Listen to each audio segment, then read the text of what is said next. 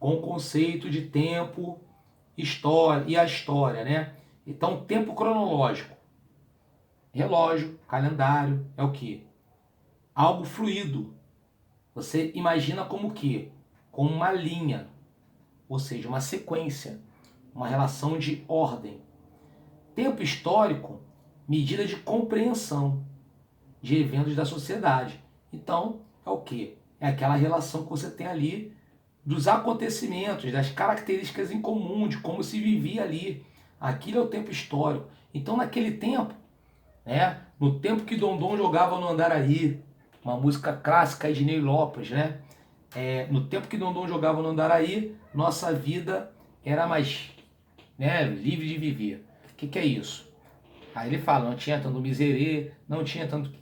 No tempo que Dondon jogava no Andaraí, ou seja, ele está relacionando ao quê? A uma relação de tempo histórico, né? Um sujeito histórico relacionando a essa questão aí do tempo histórico, tá? Bom, claro que diferentes tempos históricos coexistem, né? Beleza? Então, ó, tá ali dando o exemplo ali do processo histórico. O que permanece, o que muda ao longo do tempo, com esses elementos se combinam. Então, por exemplo, no Brasil, por quanto tempo os povos indígenas viveram da caça, da coleta e da agricultura? Né? Então, um tempo histórico. Que tipo de organização social essa economia gerou? Então, você tinha, por exemplo, lá caciques e tudo mais. O que ocorreu quando os portugueses chegaram aqui? Olha o fato histórico e, obviamente, né, uma mudança no pensamento do tempo histórico, né? Por conta do quê? Na chegada dos portugueses e, obviamente, esse processo aí de acomodação e assimilação que tiveram, ok? As culturas. Pois bem, cultura e historicidade dos conceitos. Então, cultura, gente, é o quê? Tudo que é cultuado, correto? Tudo que é praticado por um grupo social. Então, como é que ele coloca aí e define? Não é apenas um conjunto de manifestações artísticas. Envolve também as formas de organização do trabalho, da casa, da família, do cotidiano das pessoas, dos ritos, das religiões e das festas, né? Etc. Característica que você tem aí, ok? Então, envolve toda uma relação que você tem complexa de fatos. Historicidade dos conceitos. Os conceitos criados para explicar certas realidades históricas, que têm seu significado voltados para essas realidades, não sendo possível empregá-los indistintamente para toda e qualquer situação semelhante. Ou seja, característica que você tem aí em relação a isso, né? A historicidade é uma relação que você tem o quê? De várias realidades, né? E vários significados. Então, são conceitos aí colocados aí para explicar essas realidades aí que são empregadas, ok?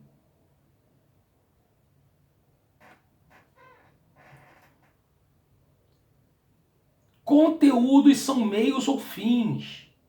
Então, ó, um bom questionamento pra gente, ó. A escola ensina todo o conhecimento socialmente construído pela humanidade? Primeiro que o conteúdo é o quê? É um meio, ok? Segundo que a escola claro que não ensina todo o conteúdo construído pela humanidade.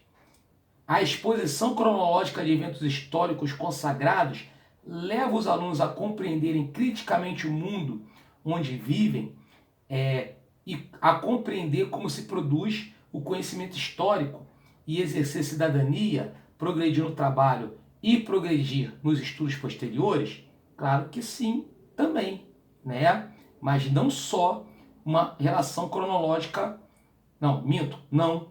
Claro que não, né? Uma exposição cronológica. O que seria uma exposição cronológica dos eventos históricos? É basicamente o ensino tradicional da história, né? Então, é uma história sem questionamento. sem compreensão, sem participação, sem atividade do aluno, né? Então são fatores pelos quais, né, todas essas três situações aqui estão erradas, né? A gente coloca aí. Bom, outro conceito histórico importante, que é o conceito aí que surgiu na França no século XIX, né? Conceito aí que a gente coloca como idade, beleza? Como assim, ó? Pré-história, o que é pré-história?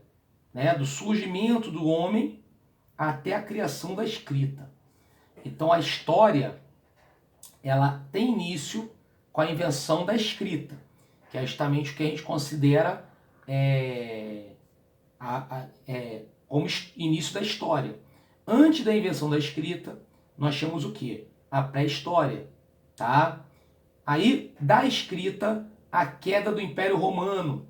Nós temos a Antiguidade. Então, toda aquela época lá que nós tínhamos Jesus Cristo, Roma, Cleópatra, etc., nós chamamos o quê? A idade que nós chamamos de Antiguidade, tá?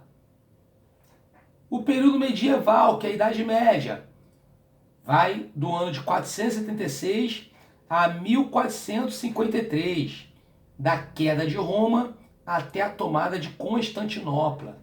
Então tudo aquilo que você estuda lá, da Idade das Trevas, na questão lá dos senhores feudais, na questão lá de castelos, rainhas, princesas, castelos, jogo de xadrez, jogo de cartas, não é? Quer dizer, é o que a gente considera como Idade Média. E da tomada de Constantinopla, né, até a Revolução Francesa, nós temos o quê? A Idade Moderna, que vai de 1453. Então, ó, quando você tem aí o descobrimento do Brasil, já estamos na Idade Moderna, né? A 1789, tá? Que é justamente a época da Revolução Francesa, né? Então a queda da Bastilha, né? Luís XVI, tudo isso aí tá dentro aí desse contexto. Pós isso, Napoleão em diante, nós temos o quê? Aí nós temos sim, né? Com a Revolução Francesa, o período com a idade contemporânea, beleza? Idade aí, ou era contemporânea, que é a que nós temos aí da Revolução Francesa aos dias atuais. O que é importante? Não saber muitas datas. É importante você saber o que delimita cada idade, né? Em relação à história, né?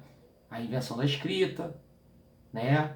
Queda de Roma, tomada de Constantinopla, Revolução Francesa e a partir dali, claro, né, temos o dia atual. Claro que essa forma de você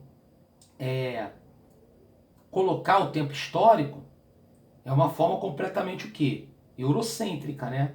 Que é uma história pensada dentro da questão europeia, né? Do pensamento europeu. Então, seria uma crítica que você tem focada para isso, tá?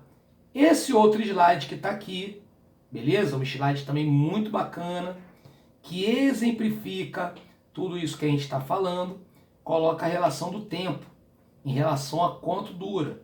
Então vamos lá. Fase da Lua, 7 dias, uma semana. Então é o tempo que dura, no caso, fase da Lua, né?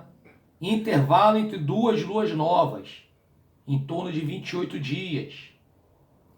Esse é fácil, uma década, 10 anos.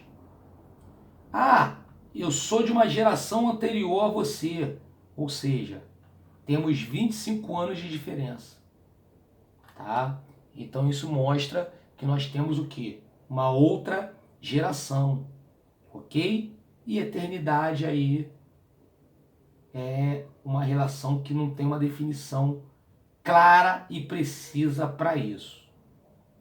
Por fim, do conteúdo de metodologia de história, temos aqui algumas definições de pessoas famosas sobre a questão da história, do estudo de história, que tem tudo a ver com o que a gente está pensando hoje em relação a método de história, beleza? Primeiro, Bob Marley, grande cantor aí que eu sou fã. Aliás, sou fã de todos eles que estão aí. Um povo sem conhecimento, saliência de seu passado histórico, origem e cultura é como uma árvore sem raízes. Uma frase lindíssima que diz o seguinte, que o povo que não sabe a sua história, quer dizer, é como se não tivesse, estava ali sem raiz, ou seja, sem base nenhuma, entendeu? Não tem conhecimento sobre si mesmo, tá? Então, isso aí ressalta muito a questão da história dos lugares, né? Então, por exemplo, hoje, Prefeitura de São Gonçalo, você estuda muito história de São Gonçalo, entendeu? Era uma coisa meio que inconcebível você pensar dessa forma. Mas você tem o que hoje? Uma história de São Gonçalo, que é uma história dos lugares, e a pessoa de São Gonçalo é interessante isso. Bom, o historiador e o poeta não se distinguem um do outro pelo fato de o primeiro escrever em prosa e o segundo em verso. Diferem entre si porque um escreveu o que aconteceu, no caso, o historiador. E o poeta escreveu o quê? O que poderia ter acontecido. Outra frase também belíssima de Aristóteles, beleza? Grande matemático, pensador, filósofo. E tá aí outra frase que também demonstra o pensamento atual do ensino de história, ok? Karl Marx, as revoluções são como locomotiva da história. Lembrando a todos que uma revolução que é um fato histórico, correto? E toda vez que você tem uma revolução, você tem o quê? A criação de um novo tempo histórico, né? De um novo momento da história. Então, por exemplo, aproveitando a situação do Covid, a gente sim pode dizer que o coronavírus revolucionou a humanidade. Por que revolucionou? Porque a humanidade não vai ser mais a mesma pós-pandemia. Não vai ser. Entendeu? Então foi uma revolução, tá? Foi uma alteração da ordem dos acontecimentos. Charles Darwin, a história se repete e esse é um dos horrores da história.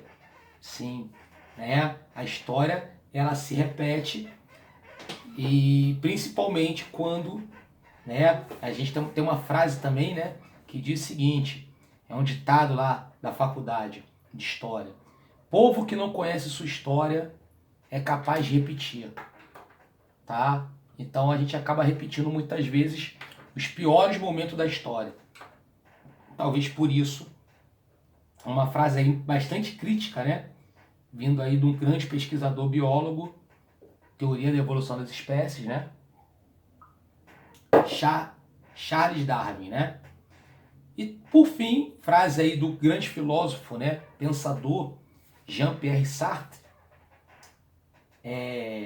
Inclusive o passado pode modificar-se, os historiadores não param de demonstrá-lo. Ou seja, da mesma forma que você altera a história também te altera, né? Então, o passado pode se modificar-se. O historiador não para de demonstrar isso, ou seja, de apresentar a história, né? E essas modificações que são colocadas. Ou seja, situação clara, bem bacana que a gente coloca aí. Beleza? Tranquilo, gente? Dúvidas, perguntas, colocações, comentários, bate-papos? Deixa eu olhar vocês aqui. Dúvidas, perguntas, colocações?